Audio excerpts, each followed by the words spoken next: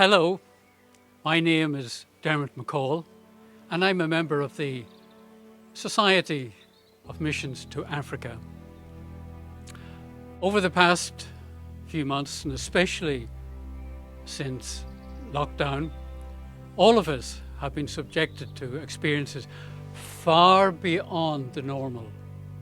We have also experienced a level of pain and suffering that's certainly above the normal. The sense of isolation is something that's going to challenge both you and me in a variety of ways. It will expose our weaknesses, it will expose our strengths. And so at this time it's important for us, I think, to be aware of protecting our mental health. And not only our own personal mental health, but that of those in our care. And during this short video, we would like just to highlight 5 very short guidelines that might support us in sustaining a level of being in control. And the first thing is media intake. Reduce it. Reduce the level of listening that maybe we tend to do daily. And there's a good reason for that, because the airwaves are full of a lot of information about the coronavirus. And the danger is that when our mind, when our brain is subjected to overload, then what happens? It brings up negativity. It brings up anxiety. It brings up a sense of not being in control. But you can have control by the level of listening that you subject yourself to. And secondly, the importance of exercise, walking, getting out there into the countryside. A good energetic walk, there's something about it offloads the toxins in our bodies. And as you go along, do notice the trees, the greenery, the changing of the seasons, the birds, the lambs. All is so important. And of course, if you cannot exercise outside, then it is important that you do some form of exercise, maybe deep breathing, maybe stretching, whatever. Find some way, because when we look after the body has a remarkable way not only of healing, but looking after us. And thirdly, what is important is prayer. Pray in whatever way you can at this time.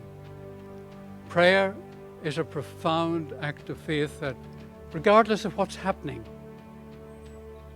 we are saying, God is there. It's puncturing the negativity. And I would just quickly like to offer a suggestion. A form of prayer maybe that we're not always accustomed to is meditation maybe, or contemplation. What is it? It is basically finding a safe place, a time, 20 minutes in the morning, 20 minutes in the evening, where we say, we're taking this time for no other reason than to allow God's presence to permeate me, to permeate my thoughts. And when I allow that to happen, it generates an inner sense of well-being. Thoughts are going to come, yes, let them go, pass them. But the more I stay with it, I will find that it generates a high level of inner peace. And not only inner peace and sense of well-being, but we will find that in a very subtle way throughout the day, it helps me with my thinking, my acting, and how I feel about life generally. Fourthly, I'd like just to say the importance of routine. Routine. Getting up in the morning at a certain time for prayer, a time for breakfast, a time for hobbies, writing, a time for doing those things, keeping a record maybe of my feelings, whatever. and a time for exercise, and of course a time for going to bed. Importance, sleep, getting good night's sleep. And of course, last but by no means least, the importance of family, the importance of friends.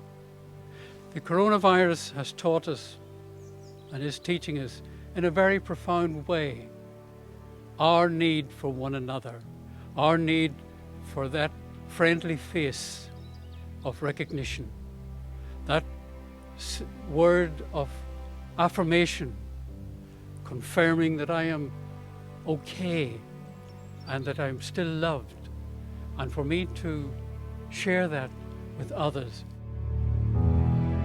We need it. We need that sense of community and communion. And at this moment in time, it is my prayer that all of you will experience the presence of that spirit of love, that spirit that keeps you safe, that spirit that is nothing other than God's presence with us.